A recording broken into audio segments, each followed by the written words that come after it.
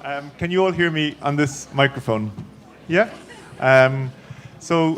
Really great to see such a good crowd here on a Friday morning. My name is John McAuliffe, and I'm the director of the Creative Manchester platform, which has worked to put together this panel and this day of events here as part of the Universally Manchester Festival celebrating our bicentenary. Our other partners in this event are Guardian Live, who we're really delighted to be working with, and the Global Development Institute here at the University of Manchester, the GDI as we know it. And I'm also welcoming our thousands of online viewers at the Guardian Live live stream. So welcome to all of you as well. Creative Manchester is an interdisciplinary research platform at the university where we put together colleagues from different disciplines to kind of approach key challenges, social challenges that we feel we can contribute to. And we're really, really pleased to be part of the conversation that this Cotton Capital panel is going to be advancing today. I have a short announcement to make as well, because as you may be aware, there are ongoing protests at the university here, as there is all around the world.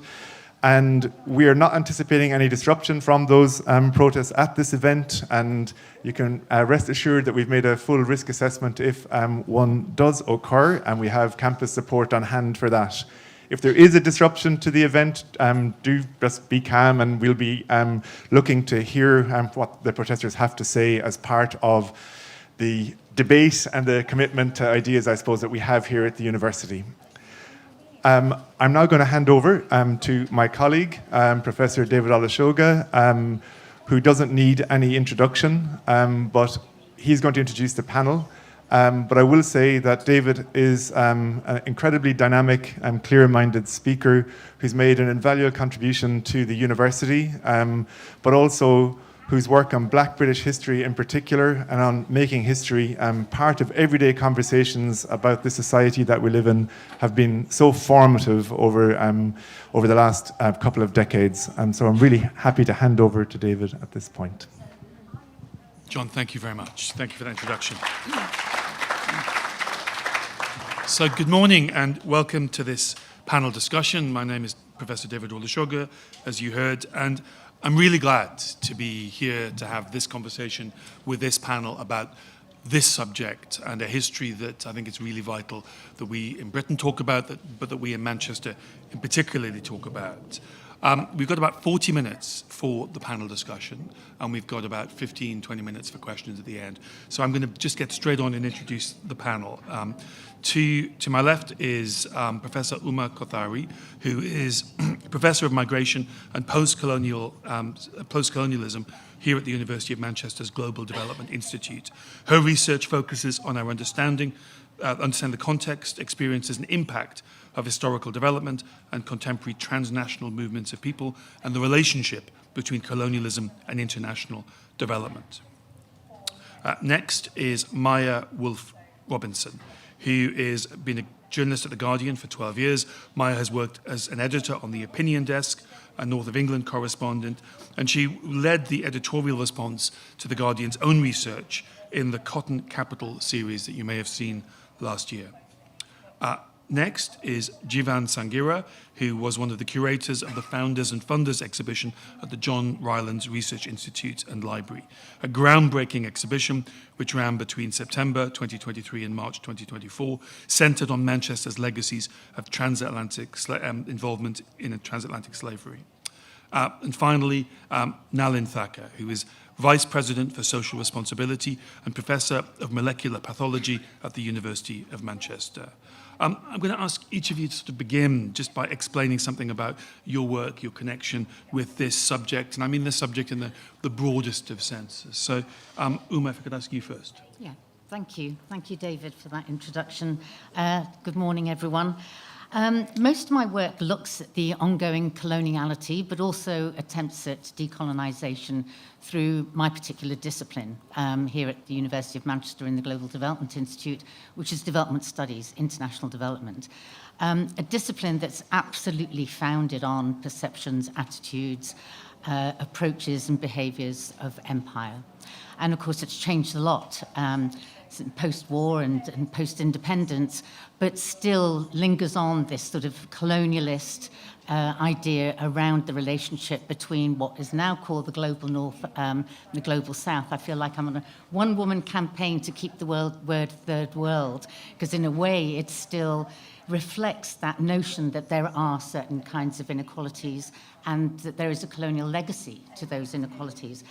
The first job that I had after I finished my PhD was not at this university, another university further north from here. And I was asked to teach 2 courses. One was called Man and His Physical Environment, and the other one was Third World People, Third World Problems. And I co-taught it with a colleague who was a former colonial administrator. And he began every lecture with, "When I was on the Zambezi." And then I moved to Manchester a year after that, after suggesting that they perhaps change the title of those courses. And I moved to what was then called IDPM, the Institute for Development Policy and Management, which is now the Global Development Institute. And when I arrived, the first female academic, first and only female academic, the first and only person of colour in the department, it transpired that 3 of my colleagues were also former colonial administrators. And as it transpired, when the countries that they were posted to gained independence, they were compelled to return to the UK and to find jobs. And despite the sort of maybe a common understanding that they all taught Latin in grammar schools, many of them, a disproportionate number of them, joined the emerging development studies industry. And, the development industry and development studies. And one of them said to me when I joined, I thought, right, if I can no longer work out here in Kenya as a colonial officer, the next best thing is to be working for the development of Kenya in the development field. After all, it's the same thing. So now, despite that kind of physical, embodied evidence of the continuity with colonialism through these particular colleagues, the field of development is absolutely fraught with partial histories. It fails to acknowledge its historical antecedents and present-day effects. Because there's a sort of lure of amnesia, temporal distancing. So in a way, development, international development, has tried to forge a distinction between a colonialism that was bad and a development that is humanitarian. So it put a line under colonialism, right, but also a start date of development. Right, as though there was that sort of distinction between those histories. And that distinction is made even more effective because development discourse is so future-orientated. It's about the Sustainable Development Goals, it's about targets, it's about the future. So it's a highly unreflexive, or has until recently been a highly unreflexive discipline. But of course, as we know, conceiving of the past as irrelevant has devastating consequences for justice. So in a way, when we chart that sort of field of development at Manchester University, we can see that kind of continuity. So the Department of Overseas Administrative Studies was founded at the University of Manchester in 1958, and the main aim was to provide training for a new generation of civil servants from former colonies, who came to Manchester to be trained as civil servants. So there we had this kind of continuity with a discourse around what governance looks like, what public administration looks like, and that's transferred through the training that took place at Manchester at that time. Now, of course, much has changed since then, and the Global Development Institute, the mission is to promote social justice, to address global inequalities. But in a way, and there's been a lot of research being done on this, and many critical development scholars, particularly at the Global Development Institute, have been in the forefront of projects towards decolonisation. But I think one of the problems that remains is that it means moving beyond just adding Indigenous and non-Western writers and scholars to our reading lists. Right? It goes beyond acknowledging and recognising a colonial history. And I just want to say a couple of things about that, because I think development interventions continue in a way to lead to the appropriation of material resources. Right? it still has real material effect of land, of assets, of natural resources, rivers, water, through what David Harvey calls accumulation through dispossession. Or Saskia Sassen writes about the brutality of expulsions. So it's not just about a colonial past. Right? It is about a legacy of colonialism in the present day. And I take a lot of inspiration from Tuck and Yang's work, where they write about decolonization is not a metaphor. It's not a metaphor for other things we want to do. It has real material consequences. And just in the last couple of minutes that I have, they argue that decolonization can't easily be grafted onto existing frameworks. Right? That we need to think, because in a way they are also entangled in a colonial legacy and can further embed colonial's power. And so there's sort of a couple of issues that I think are taking place at Manchester within the university that I think do try and attempt to move beyond just the rhetoric of decolonising the curriculum, decolonising universities, and it's about redistribution and reparations. And the first one is that in 2019, Manchester Museum set up the Return of the Cultural Heritage Project. And they began returning sacred objects to Indigenous Aboriginal communities in Australia. And the curator of Manchester Museum, Stephen Welsh, said that Western processes and protocols established to catalogue, preserve and analyse objects and specimens in isolation from traditional owners, countries of origin and diaspora communities continue to inflict loss, trauma and exclusion.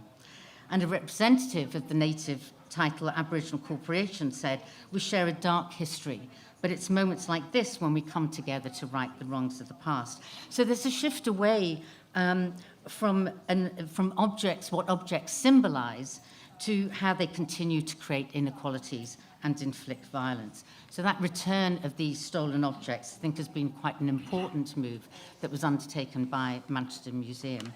And the second one is that my parents in 1955, May 1955, took the steamer, as they called it, from Mumbai to Southampton, travelled up to London, bought a second-hand Morris Minor car and spent the next 6 months travelling back overland to India.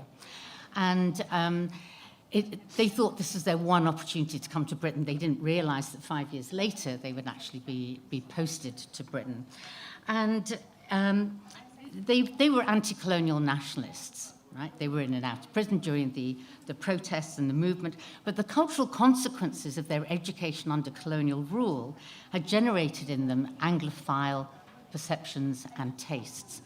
So they wanted to come to Britain. They wanted to see the historical sites that they'd learnt about, to go to Byron's house at Newstead, to go and see Scott's monument, because they were enmeshed as colonial subjects. But the most important stop in their itinerary was a visit to Manchester. They'd learned about the city as the site of the Industrial Revolution, but also because of the centrality of cotton to Manchester's wealth. And my parents were from the city of Ahmedabad, right, which was known as the Manchester of India. And in the intervening years, they experienced a lot of what it was like to live in Britain in the 60s and 70s. And so they were delighted when they came to visit me in Manchester in 2013 to interact with Nikhil Chopra's epic performance, Coal on Cotton, at the Whitworth Art Gallery, as part of the Manchester International Festival. And the performance drew attention to the ubiquity and power invested in cotton. And what he did was to explore colonialism by evoking historical and modern chains of production. And what he did was use costume, character, and masses of cotton from Manchester and Ahmedabad, on which he depicted a cityscape where he merged the skyline of Ahmedabad with the skyline of Manchester. So my parents were absolutely delighted, and I think art has a really important role to play in revealing those kinds of colonial connections, because my parents felt that at last there was some recognition, there was some acknowledgement about the injustices of the past. And I'll finish there. Thank you. Uma, thank you very much. Maya, could you tell us about some of the work you've been doing editorially at The Guardian? Yeah. So I suppose personally my connection to this history is that my mother's from Trinidad and Tobago, and so I knew about the history of enslavement in general, and I knew that most British institutions that were, you know, a few hundred years old, if you scratch the surface, they would have some sort of link to this history. But kind of embarrassingly, it's not something that I'd ever linked in my head to The Guardian, where I worked. David said I've worked there for 14 years now, or to Manchester, where I live. And, you know, as I said, I'm a journalist, I'm not a historian. Didn't even do history GCSE. But in my defence, lots of this history actually, specific to Manchester and cotton and slavery, wouldn't have been taught at school anyway. And so when I embarked on this project, and so the kind of history of it is that The Guardian in 2020, as protests, Black Lives Matter protests spread around the country, and the focus turned towards our history of slavery after the statue of Colston was toppled in Bristol.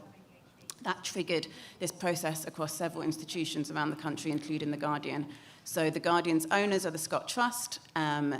Members of the Scott Trust, including David, I think came to a decision that it's something that we needed to look into, and hired independent researchers to look at it. And then once that some of that research started to come in, I was asked to think about how we would communicate that to our readers. So I'll talk a little bit about that. I suppose I should say, can I get these slides to work? Yeah. So just to summarise what the research found, which was that our founding editor, John Edward Taylor, had links to slavery through cotton, that we could also link to some plantations in the southeast of the US, what we call the kind of Gullah Geechee corridor. Also, 9 of the 11 men that originally loaned money to Taylor to start The Guardian, all of them had links to slavery through their business interests, and the other 2, it's only because we couldn't really find enough information about them. And one of those men, George Phillips, had an additional link. So not only was he had links through cotton, he was known as King Cotton, he also co-owned a plantation in Hanover, Jamaica, where he directly enslaved people on a sugar plantation. So I'm going to talk a little bit about the kind of institutional response, which, to be clear, I didn't directly work on. That was co-led by my colleague, Joseph Harker, who sat in the front row with colleagues on the Scott Trust, such as David. But just a reminder, the Scott Trust apologised directly to the affected communities identified in the research and the surviving descendants of the enslaved for the part The Guardian and its founders had in this crime against humanity perpetrated against their ancestors. I think it's fair to say that my colleagues thought really carefully about the wording of that apology and made sure that it was addressed to a specific group, and it spelled out what the apology was for. And it went on to say, these connections are as relevant to The Guardian's origin story as the 1819 Peterloo Massacre, and they pose a fundamental question for us. What does it mean to be a progressive organisation that was born out of the profits of human bondage? So some of what that meant was the pledge for a 10-year programme of restorative justice, which included kind of a multitude of things. I'm just going to go over a few of them. One is a restorative justice programme in the Sea Islands in Jamaica. So we followed where the research led us to those communities, and we will be working with those communities to fund projects and work together over a 10-year period. We also thought about what it meant for what we do now, our journalism, and who it's for, what stories we're telling, and what stories haven't been told.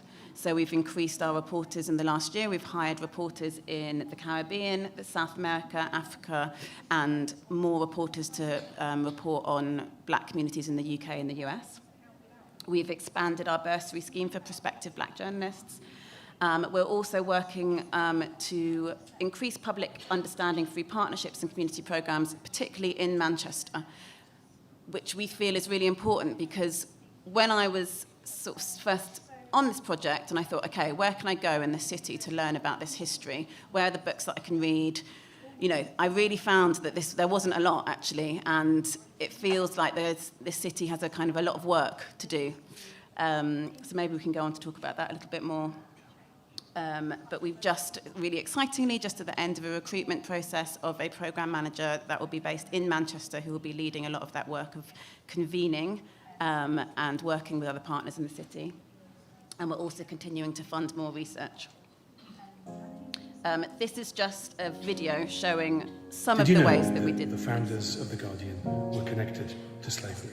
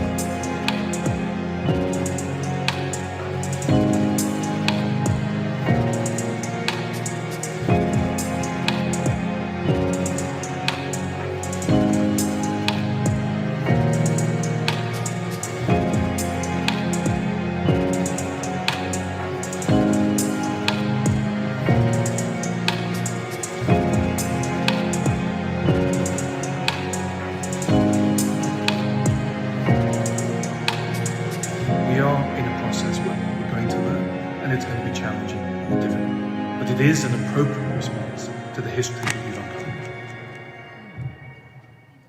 So I'm sorry to embarrass David there. I could really recommend, if you're doing a project like this, to try and have an eminent historian of this history and a trained public broadcaster on working with you. Really helped.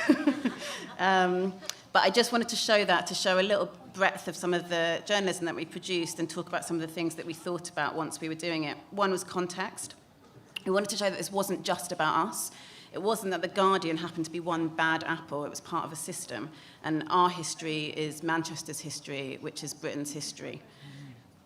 We also wanted to show that it's a global history, show that everything is connected. I think that not only does Britain's kind of discourse around this history is based on a sort of series of myths, i.e. that the kind of main role that Britain played was one of abolition, but it also is that it's kind of lots of these things aren't connected, that Britain doesn't really have anything to do with American slavery. And that has been something that we found has been really powerful when we've been talking to people around the world. Not only do people in Manchester say, oh, wow, God, I never thought about where the cotton was coming from. People in the Sea Islands were like, God, we never thought about where the cotton was going.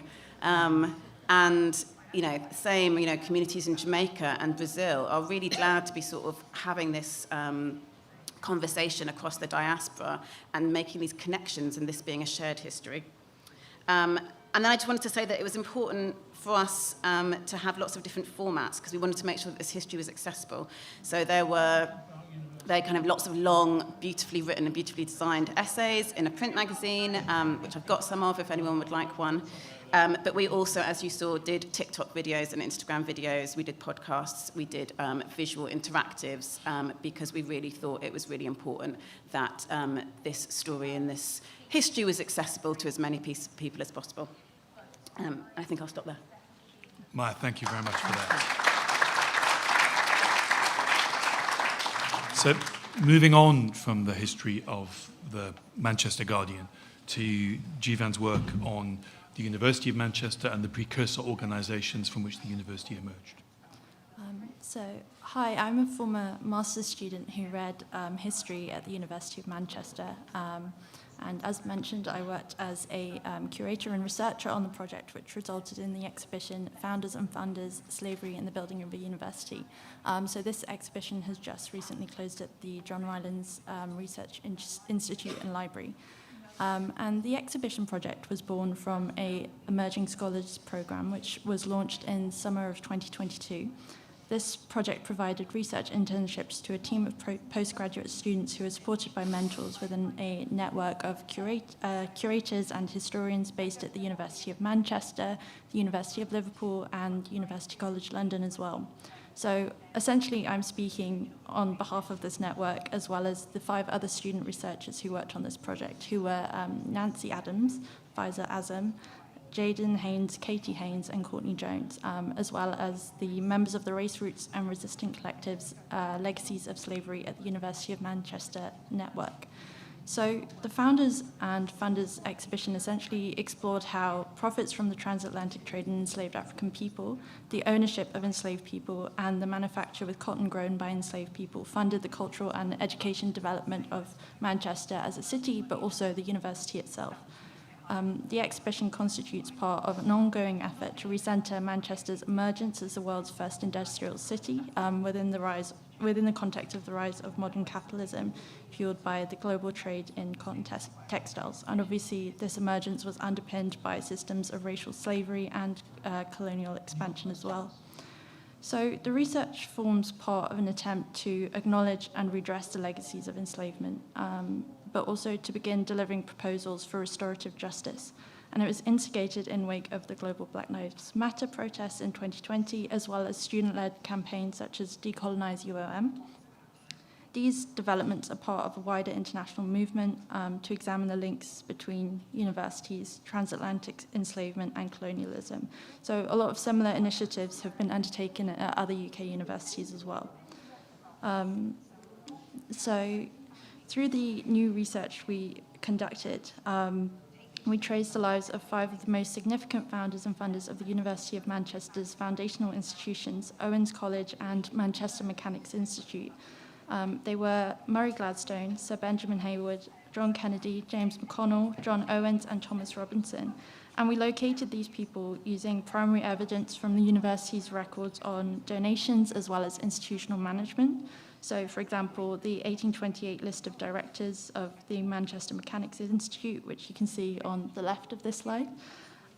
We then drew from a range of other sources, so this was like academic studies, biographical material as well, to illuminate the professional, cultural, intellectual, and social activities linking the university's benefactors to the transatlantic trade in enslaved people, colonialism, empire trade, as well as industrial development as well. So there were 4 broad links tying these individuals' wealth to enslavement, and they were firstly the profits directly made from voyages involved in the trade of enslaved people. Secondly, the ownership of enslaved people and plantations as well. Thirdly, the importation of and or manufacture of cotton grown by enslaved people. And lastly, the manufacture of goods in Manchester, which were made specifically to trade for enslaved people. So, for example, Nancy Adams researched the Haywood family, particularly Sir Benjamin Haywood, who was a benefactor and president of the Manchester Mechanics Institute. And the Haywood family was a banking dynasty in Manchester and Liverpool. They invested in at least 133 voyages involved in the trade of around 42,000 enslaved African people between 1745 and 1789. And it is estimated that on these voyages, around 6,000 people would have died. And the Haywood banks were also committing most of their credit to cotton merchants by the 1780s as well. So, of course, this cotton was being grown by enslaved people. My research was into another Manchester Mechanics Institute founder linked to the Haywoods through a business partnership, and this founder was called Thomas Robinson. The Robinson and Haywood Company produced African goods, and these were textiles produced in Manchester specifically to be exchanged for enslaved people on the West African coast. Alongside 109 Mancunian business people, Robinson and Haywood signed a petition from manufacturers and merchants of Manchester against the Foreign Slave Trade Abolition Bill in 1906. And you can see this reproduced on the slide as well. It's on the right. And this kind of shows that this kind of these tradespeople were standing against a lot of the growing support in Manchester for abolition as well. Our research also expanded into the work done by Katie Donington on the complex intergenerational ties connecting some of Manchester's elite families to the transatlantic slave economy. And using Nancy and I's research, and later through investigating the other people researched in this project, I was able to put together this family tree which connects 5 of the 6 people researched. So the Haywoods, Robinsons, McConnells, Kennedys, and Gladstones were all connected to each other by marriage in just 3 generations, as well as to many others in the dynasties of Manchester. So you can see the simplified version of this family tree, which was displayed in the exhibition, but this is the actuality, which is, please excuse my bad graphic skills with the wiggly lines everywhere. But this tree basically visualizes how a pro-slavery culture was fostered within networks of kinship, and how prolific commercial, industrial, and financial ties into enslavement were within those. Courtney Jones also conducted research into Manchester Mechanics Institute donors, so James McConnell and John Kennedy. The McConnell and Kennedy archive, which is held at the John Rylands Library, holds a massive amount of material on the supply chains of Manchester's largest manufacturing complex. So you have order books and correspondence, and these actually show the raw cotton being brought into the McConnell and Kennedy cotton spinning factory from the Caribbean, Georgia, and South America in the 1790s. So we know that profits from cotton grown by enslaved people also funded Owens College as well, when it was established in 1851. This was funded by a gift of nearly £100,000, which is around £11 million today, from the estate of John Owens, and he was a Manchester-based businessman who had heavily invested in importing goods grown by enslaved people in the Americas, and also investing in his friend George Faulkner's cotton manufacturing establishment as well. One particular notable breakthrough in the research on John Owens was by Katie Haynes, who found a record of a shipment of cotton imported by Owens, and Katie actually connected it to the plantation where it was picked in Fairfield County, South Carolina. There were 94 enslaved people living on this plantation, and it was owned by William Harrison Ellison. There's little information in the 1860 federal census about the enslaved people other than their age and their sex. However, by drawing a link between Manchester and the real people who were actually enslaved in Fairfield County, we can begin to recover records that might make the experience of these individuals and these communities who were directly impacted by enslavement more visible. In a similar vein, Jaden Haynes' research into Murray Gladstone revealed the link between Manchester and the over 10,000 people involved in the 1823 Demerara uprising in Guyana. The uprising actually began on the Gladstone-owned plantation called Success. In 1860, Murray Gladstone purchased the land on which the University of Manchester's oldest buildings, including Whitworth Hall and John Owens, were built. The £29,100 he spent on the property, which is around £2.8 million today, was inherited from a fortune built up over the Gladstone family's multi-generational involvement in the transatlantic slave economy. They were amongst the most lucratively compensated by the British government after abolition. So this research was all displayed in the exhibition alongside artifacts and objects from the University of Manchester's collections, which either corroborated or represented these ties. And as you can see from this family tree, we've only researched 5 of these people, but there's a lot of research remaining on this university's links to transatlantic slavery. And beyond that, also histories of indentured labor and a longer history of colonialism as well. So we know, for example, that Murray Gladstone was heavily involved in East India trade as well. Lastly, but most importantly, there is a lot of space in how we can use archival material to develop a narrative which includes and emphasizes the individual and communal experiences of people who were enslaved.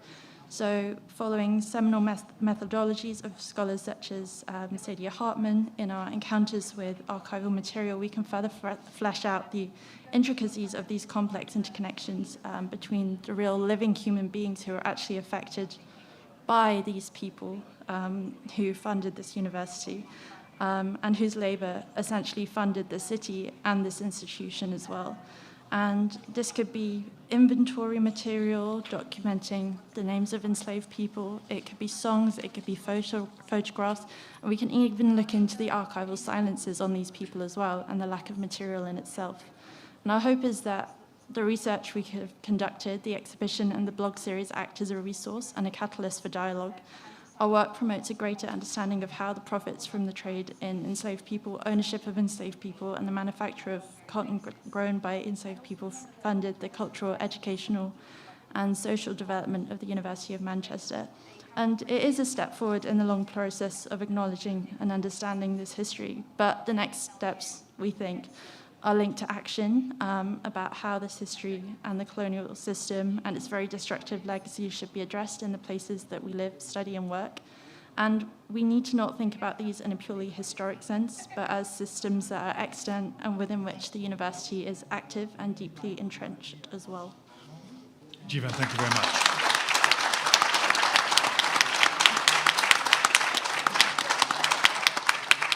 So we've heard about the links between The Guardian and cotton and slavery and the university and cotton and slavery. Now, Alan, could you give us 5 minutes or as long as you need on your thoughts on what we've learned so far?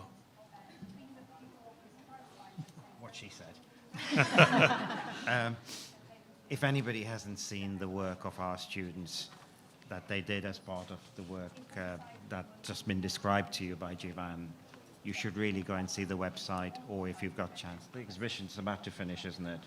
I think it's finished. Yeah. It's finished, okay. But it is on the website, and I strongly urge you to look at it. It is truly impressive piece of work, and it just highlights the amazing work our students do in very difficult and challenging subjects. So thank you to you and your colleagues. Unlike my esteemed colleagues on this panel, I'm not an expert in this field. I'm not a journalist who has researched in this area. I'm not an eminent historian or a global development expert. I'm a pathologist by training, and my research is on molecular pathology, as far as it's possible to get from this. So my perspective is that of a senior leader in the university, somebody who's been here for 47 years, not only cares deeply for the organization, for this institution, but believes deeply in its capacity to do good in an unbiased way through what we do, our research, our teaching, the way we run our operations, and the way we engage with each other, because that's how we learn, that's how we challenge each other and expand our knowledge, and through engagement with the public. I have a very simple perspective on this. As I said, I'm not an expert in this. And I start with the idea that we can't change the past, but we have a duty to recount it truthfully, because it is important we make visible the extent of suffering and exploitation of those enslaved, and importantly, by telling the truth, acknowledge the suffering of those people and their descendants.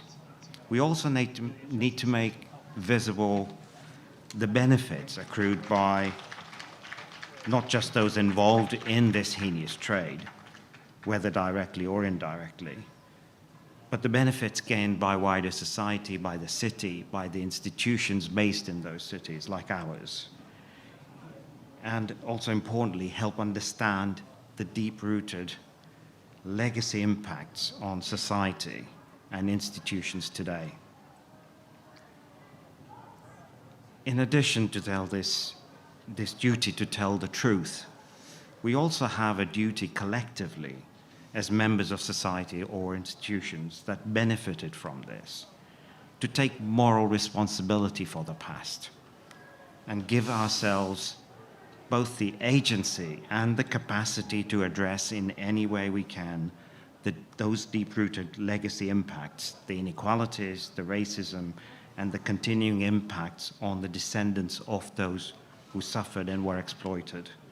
Because whilst we cannot change the past, we can change the future. Our own journey, which you've heard some of, began in earnest with work of Dr. Natalie Zajac, senior lecturer in American Studies, and we published a range of findings about linkages of our university's early benefactors to transatlantic slavery in message to our staff, students, and alumni.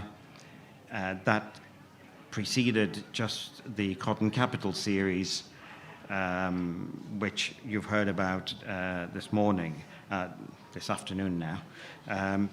But I should say from the very beginning, we engaged very closely with colleagues from The Guardian, and this has been really important in learning from each other, in sharing approaches and strategies, and in sharing our findings collectively together.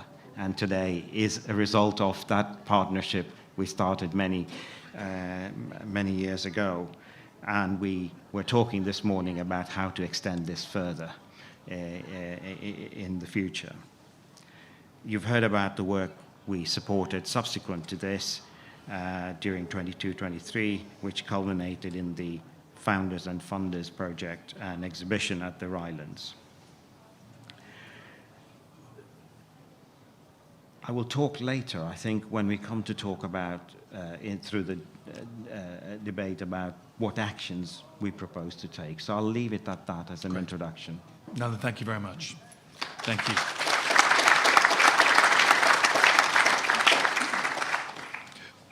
Manchester's connections to slavery and the slave trade go right back to the beginning of British involvement. Goods from Manchester cottons were used as trade goods in the Atlantic slave trade, and like other cities, the financial banking networks of Manchester were connected. But the part of Manchester's history that we've forgotten about up until recently was a sort of indirect connection, a connection with the most famous commodity that gave the city its nickname. Can I begin with Maya? You know the city well. Manchester, because its connection comes from that bit we've most forgotten about. This is all a bit later than, say, the histories of Liverpool or Bristol. Yeah, and I think that's, so I think we spent a long time sort of thinking and talking about why isn't this history more present in Manchester, perhaps in the way that it is in Liverpool and in Bristol, and how and why that is. And I think there's a few things that you can kind of look at. I think one is that there is this indirect connection, so perhaps people have just come to terms with the idea, the slave trading aspect of our history, and then the chapter that was kind of the plantation system across the Caribbean. But that next chapter, which was post-abolition of slavery and post-abolition of the slave trade, that was about importing cotton from America and giving kind of further wind to the trade and practice there, is not something that we are taught about, that is particularly present in our institutions in the city, that is something that is kind of acknowledged anywhere. I was quite amazed at, when I embarked upon this, would sort of go and find books about cotton that was being sold in the John Rylands, and there wasn't, I'd just be obsessively kind of looking through, being like, where are they going to mention slavery? Same on kind of histories of Quarrybank Mill before fairly recently. And you have this cognitive dissonance, which the Industrial Revolution itself, Manchester's mill economy, the 108 mills that develop in the city, that is incredibly well celebrated, and the heritage industry is very vocal on that. But it's this connectivity that's the missing part, is that not right? Exactly. It's the connectivity, and also I think it's the bits that we don't like thinking about. So Abraham Lincoln, the statue is just outside the Guardian's office, and that story of the mill workers that were thanked by Abraham Lincoln is a story that the city likes telling about itself. But we don't like telling the other side of the story, the story of the merchants, the ones that were reading and funding the Guardian, the Manchester Guardian at the time. We published an editorial saying it was an evil day that Lincoln was elected. We wanted the mill workers to all go back to work. That's history that we don't like celebrating as much.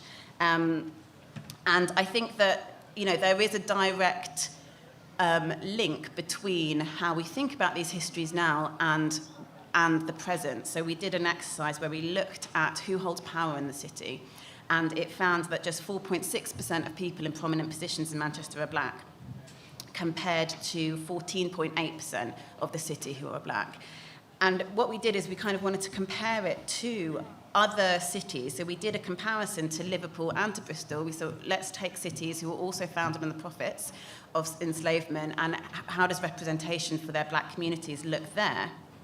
And it's much better. So Manchester is significantly out of proportion. I think these things are linked in the way that we recognise and acknowledge and understand this history. And also maybe a little bit of the framing that Manchester likes to do of like, oh yeah, Liverpool, they were the bad guys, not us. We were always on the right side. We've got this great history of radicalism and suffragettes and all of the rest of it, which is great and is true. But there is also another side. And I think that that is something that has been a little bit kind of trickier to come to terms with.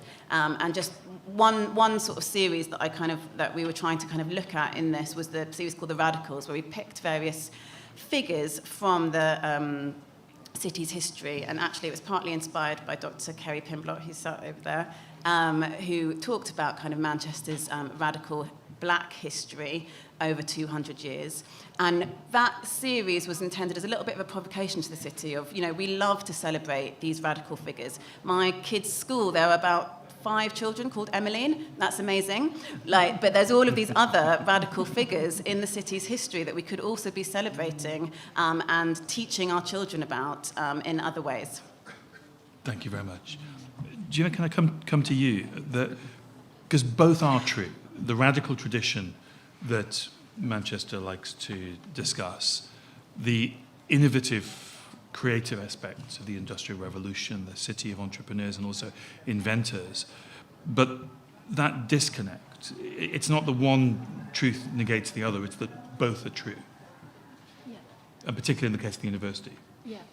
So I think, obviously, the city has a massive history of kind of revolutionary thinking and change, and you have all these amazing institutions that commemorate that. You have the People's History Museum, for example.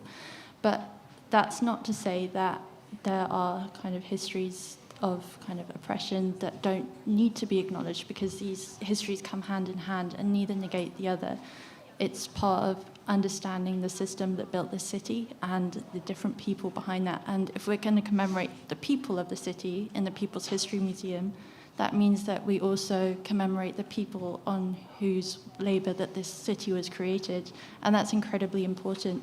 So obviously we have a history of enslavement that's tied to the city, cotton and all of that history, but we have colonial trade, we have trade with the East Indies, and we have also systems of indenture that kind of followed the abolition as well, and all these histories are interconnected, and nobody's asking anyone to negate the histories of the people that were working in kind of cotton factories as well. Working class history is important, but those histories are tied to histories more globally as well, and they're just important to recognise hand in hand overall.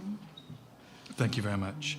I mean, I want to talk about the moment, because this is all quite recent. This has all been the past 4 years.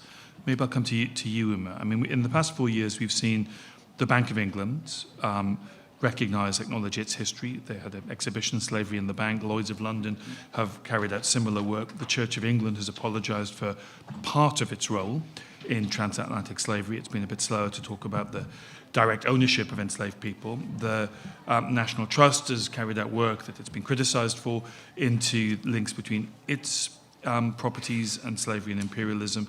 The Heirs of Slavery group has emerged, in which people themselves who are from families who benefited from slavery and the slave trade have taken reparatory action. Do you think we're living in some sort of tipping point on this history specifically? I don't know about tipping point, but I think that there's always been a process of protest and resistance. It's just come from different people in different places, and I don't think we acknowledge that enough. So we're talking a lot about sort of the Bank of England and National Trust and other institutions and organisations, as though it's the first moment of people challenging and questioning their kind of history. But is the first moment of those organisations not hiding behind a wall of denial and obfuscation? Is that not significant? I think it is significant, but I think that the obligations and the responsibilities that go along with knowledge hasn't been sort of materialised as much as it could do. So I think that there has been that, and there is a particular moment. I'm not sure about a tipping point, but I do feel that we're willing to acknowledge and accept, as we are in my discipline, in the university and other research that's going on, to accept the knowledge about a colonial past and its continuing legacy, but not really move beyond what it means for our obligations and responsibilities. Thank you very much. But it is the case, Nalin, is it not, that we're having conversations we weren't having 4 years ago? Where do those conversations take an organisation like the university? Can I answer your previous Go question on. as well first? Please do. Because I think it's really important, really interesting, because I think some of us have been through that journey ourselves, which is, you asked about the sort of, you mentioned the cognitive dissonance between sort of this history of the pride in the Industrial Revolution and the cotton mills and so on, yet, I mean, part of it's ignorance, because we don't talk about it, because the truth is not out there. and part of this process is making that truth visible. But the other point was that because, and I think it was you who actually helped me see this many years ago, which was this issue about indirectness, you know, that because we were not involved directly as in Liverpool or Bristol, it was easy to say, to hide behind it. And we all did that, I admit it, because it was easier to do, and it was easier to sort of not have to do something about it. And it takes somebody to say, well, actually, that's not the right way to look at this, and to sort of, you know, enlighten us. And so there is an education process that we do have to engage in, that we have to engage with public. That's what I meant, that it is important that we talk to each other and we talk outside, and these events are important for that. In terms of where it takes us is, we can now actually start asking questions, well, what are we going to do about it? And start addressing those things. So, you know, for us, we've got a internal sort of debate about how we address this. We have a group which is called the Early Benefactors Advisory Group, which I and Professor Dawn Edge, who should have been here in my place, she's the expert, not me, but you got a pathologist instead. We co-chair this group, has both staff and student representation, and its role is to consider what responses we can make over long term as part of a coherent restorative justice program as a university. Do you want me to sort of go on about that, or later, or come back to that? We haven't got much time left, sure. and I want to leave time for questions, so please do elucidate. Okay. So, so the work of the group is ongoing. However, what we all agree on is that any such program will need to consider what we can do in the context of being a university, and one that is committed to research, to teaching, and social responsibility, and to operating socially responsible way in reconciling with the past and building a better future. And we can think about it in the same way as we operationalize our social responsibility agenda. We do this through our research, our teaching, our public engagement, and through our operations.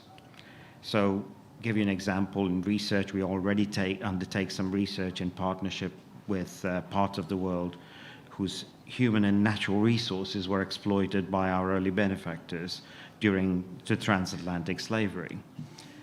A key part of our future program will consider how the university can fund and support equitable new research partnerships based on shared understanding of development needs of those parts of the world. And when I say shared understanding, I mean not just shared by the academics. I mean shared by the people of those regions. So we really start to address the needs of the people of the region. As we said before, the state the things are in is a reflection of, is a result of the past. In teaching and the work we do with our students, we've already pioneered teaching programs on issues of transatlantic slavery and support a range of scholarships for black students. You've seen some of the work our students, amazing work that our students do here today. We support black students through the Lem Cisse Awards. We have Raheem Sterling Foundation has funded studentships at the university. And we've set ourselves very ambitious targets to address the awarding gaps for our black students. And we have an EDI strategy that is addressing inclusive recruitment, progression of black staff, and under our Dawn's and EDI director, Banji Adewume's leadership, we became only the second university and the only Russell Group university to awarded Race Equality Charter Mark Silver Award. Now, a key part of our future program will be to consider how the university can fund and support student exchanges and scholarships with parts of the world impacted by the transatlantic slavery and support future black scholars. This would be similar to our existing equity and merit scholarship program supporting educationally able but economically disadvantaged students in East Africa, and also our humanitarian scholarships, which I believe is the largest program in the country, which targets support to students in conflict and disaster zones. So we would have a similar model of trying to sort of address this issue. We have already curated exhibitions, as Jim has talked about it, and made academic appointments and organized public events like this to share our knowledge about the links that I mentioned, the importance of that. And a key part of our future program will be to consider how university can draw on its public engagement capacity and our cultural institutions, importantly, working with others in Greater Manchester to reckon with our past and use it to create a brighter future. And we started looking at university operations, of how we represent ourselves, how we represent our history.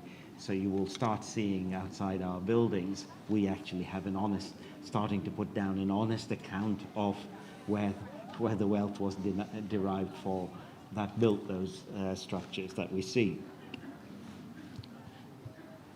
I've mentioned already our work on how we're supporting our staff in terms of progression and inclusion, and we address modern slavery through our supply chain management. So those are some of the examples of how we try and address these issues.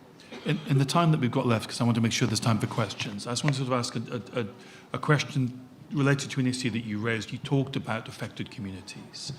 The research undertaken by both the university and the Guardian has identified those communities. And we have in common, the two organisations, people of the Sea Islands off the coast of the Carolinas and Georgia. Let me ask you, Maya, and then come to Juvan. How do we make this a dialogue? How do we involve and do this in this restorative justice, this acknowledgement work in partnership with the communities to whom the connection has been made clear by the research? Yeah, thank you. And I think actually maybe I'll pass Joseph.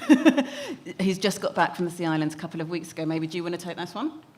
I could. Do I have the mic? There's a mic coming to you. Thanks, Maya. Yeah, and a really important part of this is we are based in the UK, and how could we possibly say what's best for communities on the other side of the Atlantic? So an important part is communication and consultation. So we are embarking on a long process. We've brought in an expert, Ebony Riddell-Bamber, as our program director, who has a history of work in social justice and community engagement. And so we're embarking on a long program of consultation. I think things which are emerging are stories of education both in terms of teaching resources, but also in terms of teaching these histories and raising awareness and consciousness of these histories. And that's particularly important in the Sea Islands where the Gullah Geechee descendants live, because they are in a society where much of this history is denied, and they are facing the legacy of that history in the racism that they face on a daily basis. So consultation is a lot of what we're doing both there and in Jamaica. Thank you very much for that.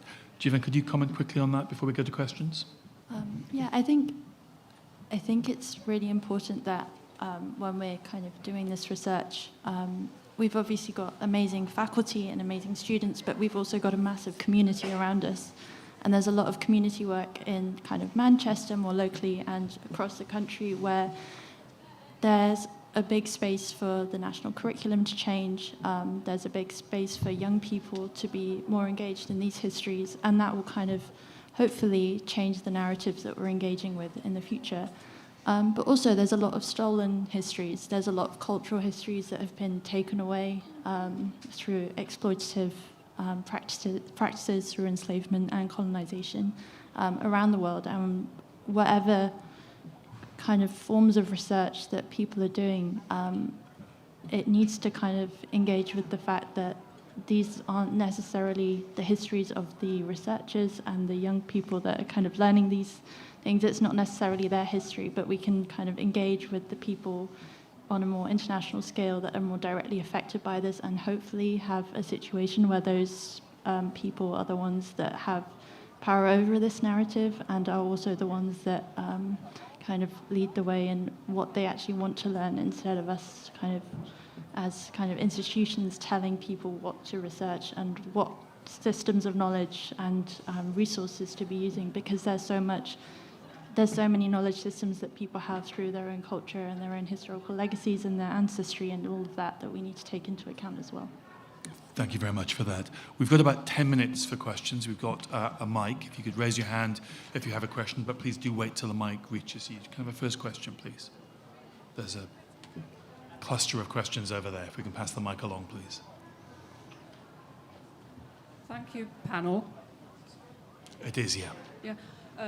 I'm a Manchester graduate, so I feel somewhat complicit and embarrassed by this history now. My question is about asking you for your views on how colonialism is linked with the wealth of the global north, and how that is a driver of the climate crisis, and how the reparations that should be made to countries that are suffering the brunt of the climate crisis at the moment, in terms of adaptations, perhaps. Uma, that's a good question for you to take, I think. Thank you. Thanks for that question. Thank you. Well, I mean, I think, you know, a lot of the work in the Global Development Institute is about the relationship, historical relationship between the global north and the global south. And a lot of the discussions around the climate crisis and funding now, which is being instigated by various international organizations, about giving money, giving funds to places to enable them to address the environmental crisis that they're facing, which is what you're referring to. And one of the things that I feel was really important, and some people are working on that through climate and development and the discourse around climate and development, is thinking through the discussion around whose responsibility is it, right? And where the responsibility lies in addressing those kinds of differences. And for me, in the area of work that I do around decolonization in development, I'm very wary about some of the partnerships that, you know, we've been talking about, some of those kinds of relationships, and the way in which partnerships are not always equitable and they're not always sustainable. And I think that that's something that we need to think about in the university. And what I mean by that is that it seems to me that everyone can now talk about decolonization, decoloniality, different motives, different people who you don't expect to talk about decolonization can now invoke the term. And I think I feel a bit ambivalent about that, and that relates in a way to the way in which the discussions around the climate crisis is taking place. So I do feel a bit ambivalent, because I feel that in some ways we need to actually step aside rather than be trying to forge partnerships that are embedded in historical unequal relationships. Can I add something to that? Just that, you know, one, as you can imagine, this is a very live conversation across the Caribbean. I think Mia Mottley, the Prime Minister of Barbados, has been one of the most high-profile people who's doing this framing about reparations and the climate crisis. And so that's another thing that I'm really excited about when our Caribbean correspondence starts later this month, that we can uplift and publish a lot of that kind of journalism relating to those conversations that are happening across the Caribbean in particular, about making those exact links that you talk about. Thank you. We've got about 7 minutes left. We've got another question. Thank you very much.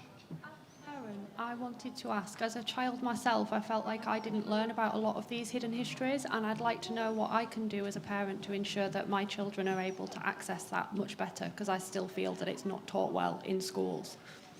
Well, I think read The Guardian would be a good start, but I probably would say that, wouldn't I? Jivan, could you respond to that?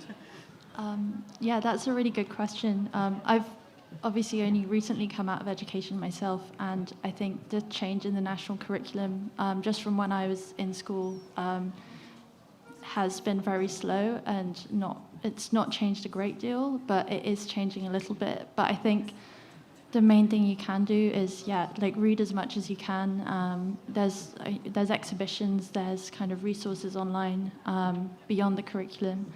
And there's a lot of different kind of, grassroots organizations that are focused on education, that are expanding on the national curriculum, and kind of teaching or providing resources beyond that as well. But yeah, I think also within that frame as well, if you have the capacity to push for changes in the national curriculum and question it and ask your children's teachers what they're teaching and how you can challenge that, that's always a great thing to do as well. Thank you very much. Any more comments? Yeah, I would just say, again, it comes back to what I said earlier. We all need to be involved in public engagement further so that these issues are much more visible, but also university trains teachers, and we need this to be very, very prominent in their training. But also, I think we need to be careful that it doesn't get lost in the sort of anti-woke debate at the moment, and the danger is it can get buried in that sort of largely irrelevant debate. No. Thank you very much. We have a question that's come in from the Guardian Live audience who are watching online, and my colleague Anne-Marie will read that question. So we've had a question from Debs. Manchester is not the only city that has benefited in this way. Is there any work being done to share this model of work with other cities? For example, Leeds, Bristol or London? Who'd like to take that? You should, I think, for Bristol. Well, for Bristol, I'm not sure Bristol's got the best record. I mean, we mentioned earlier the toppling of the statue of Colston. Colston died in 1729. We had quite a long time to have confronted his role in the transatlantic slave trade.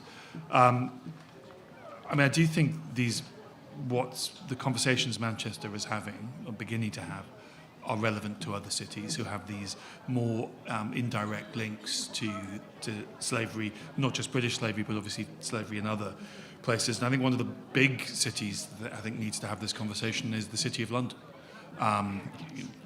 The financialization of Brazilian slavery carried on until 1888. That's 12 years before the 20th century.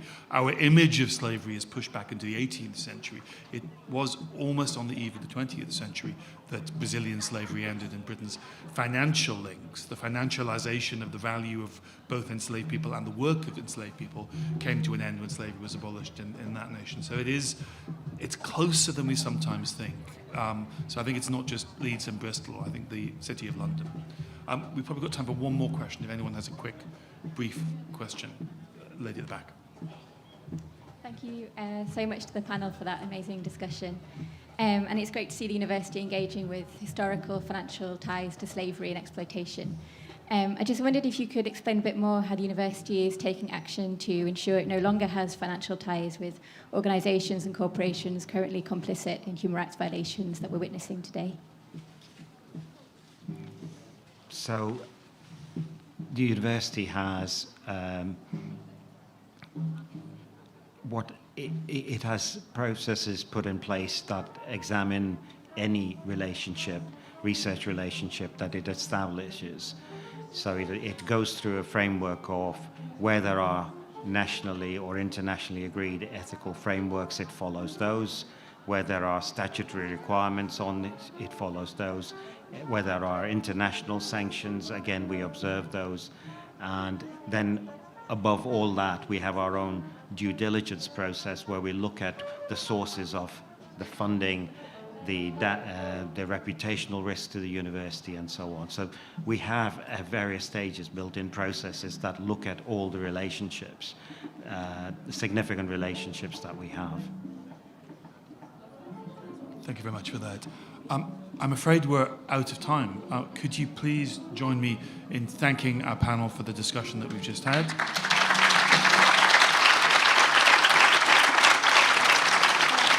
And thank you to you all for being here for this discussion, for the celebrations, for the Universally Manchester Festival. There's many more events today. I'm going to hand over to my colleague, John. Thanks very much, David.